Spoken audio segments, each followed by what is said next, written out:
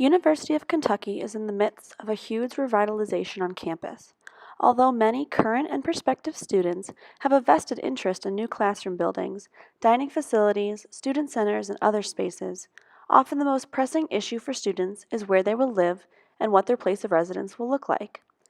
Consequently, the greatest anxiety for incoming students is whether or not they will find a fulfilling community in their new homes on campus. The prevailing idea is that new residence halls are superior to old ones.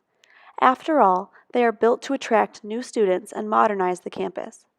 College luxury living, private bedrooms, full-size Tempur-Pedics, kitchens, and living rooms is considered the desirable way of living and is becoming a new standard here at UK.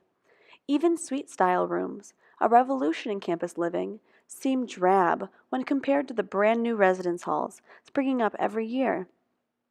UK now has an extremely wide array of living options, from the traditional community style, half-condemned Curwen Blanding complex, to the deluxe options of Limestone Park 1 and 2 being added next year. Students are spread among a variety of living situations and comfort levels, depending on their budget and availability of the preferred options. But is it really that simple? Would all students choose the most luxurious option if money was eliminated from the situation? Would that be the ideal living space? Do private bedroom suites and cheap traditional rooms offer the same community and tradition? This documentary is not about convincing viewers that one residence hall is better than the other.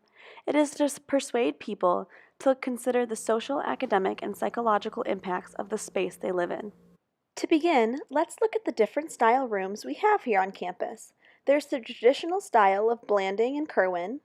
This is 2 people to a room, no sink in the room, and a community bathroom at the end of the hall. A 4-person suite, which is 2 people to a room with a shared bathroom and a sink in each room. A 2-bedroom suite, which is 2 private bedrooms, a community area, and a bathroom all inside of a single suite. And finally, a 4-bedroom suite, which is 4 private bedrooms, 2 baths, and a community living area, including a living room and a kitchen. This coming year, there will also be a 2-bedroom deluxe suite, which includes 2 private bedrooms, a private bath, a living room, including a full kitchen, couch, and amenities. This will only be available in Limestone Park complex. We first spoke to Kevin Fisher, supervisor of Roselle, Champions Court 1 and 2, and the Wildcat Lodge, to hear the pros and cons of each dorm. Upsides of the living areas between Champions 1 and 2 and Roselle. The upside of Roselle is you've only got one door between the bedroom and your hallway areas. So if you want to get students out for something, you're doing free pancakes in the lobby, which we do all the time, and things like that. You literally walk in the hallway and go, pancakes, come on down. And students can hear you, okay? And so they're much more willing to come out of that room and exit that space. Because they don't have a little kitchenette as well, they're more likely to use the kitchens down the hallways, which means there's a perfect place for them to come down to.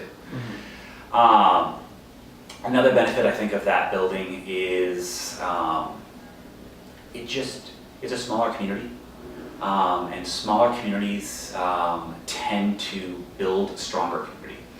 That's research through and through. The smaller your community, you get more than about 400 students in a hall, that community starts breaking down, that sense of home.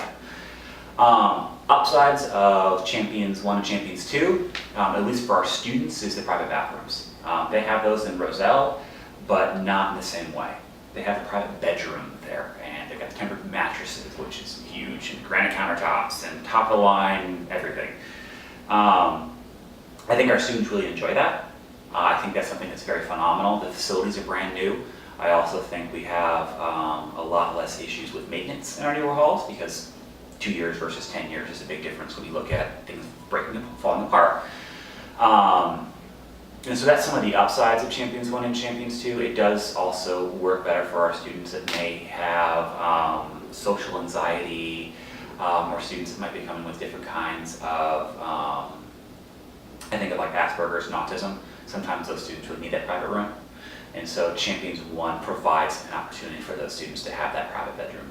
So there are some negatives to both styles of living. I can say that the negatives to this kind of style in Roselle, where you've got that a little more building community, you tend to have more, believe it or not, you tend to have a lot more roommate conflicts because you've got 4 people that are sharing a bathroom, and sometimes they're fighting over who's going to clean it and use all my toilet paper, and which is always fun. Other than that, the downsides to Roselle are pretty small in my opinion. I think, you do sometimes get that sense of community become too strong, where people are, this is my community, this is the only place I know and I refuse to leave.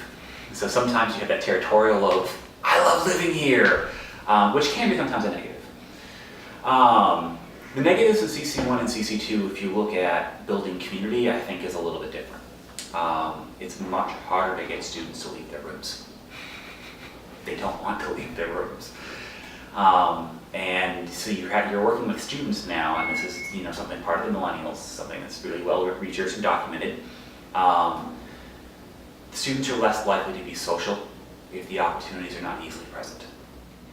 To get more information, we talked to Penny Cox, the director of the Housing Project Implementation and New Strategies.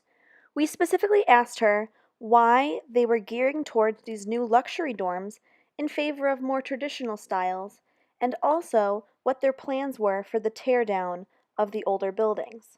One of our guiding principles with the project was that we would not ever go down in terms of the number of beds that we have online.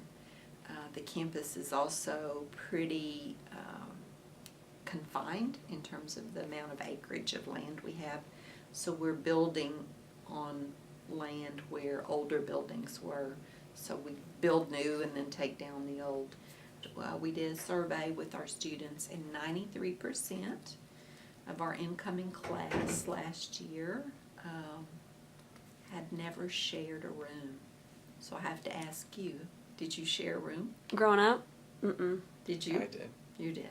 I never had my own room, so I think it's part of that age where students didn't have to share. I mean, families are getting smaller, and students had their own space, and they wanted their own space. They like having a roommate, but they also liked having that privacy where they could close the door. So that was one factor. The other factor is we look at living learning, and so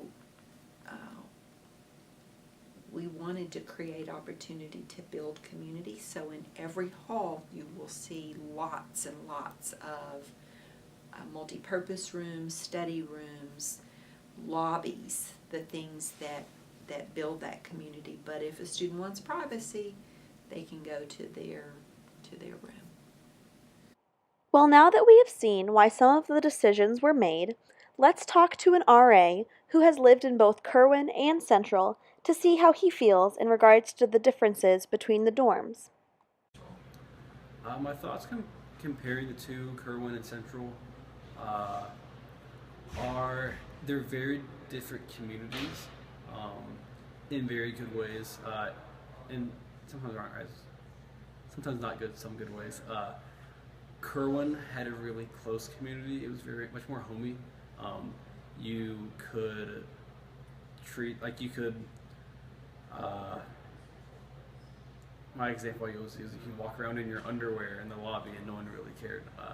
And everyone spent a lot of time together, mostly because you have such fewer residents. You get to know everyone a lot more. Kerwin was a really fun experience just because the community was very close. And my brother was an RA at Kerwin once, so I got to live with him, which was kind of fun. And then coming here, it was a lot very different. It was much more professional in a way. People were on better, they behaved better. Because we live in such a nice and newer place, people treated it with more respect, I think.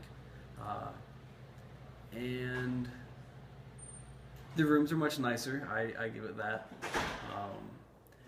But I do believe that sometimes there isn't as close of a community just because there are so many more residents, and the rooms are pretty nice. People like to stay in them.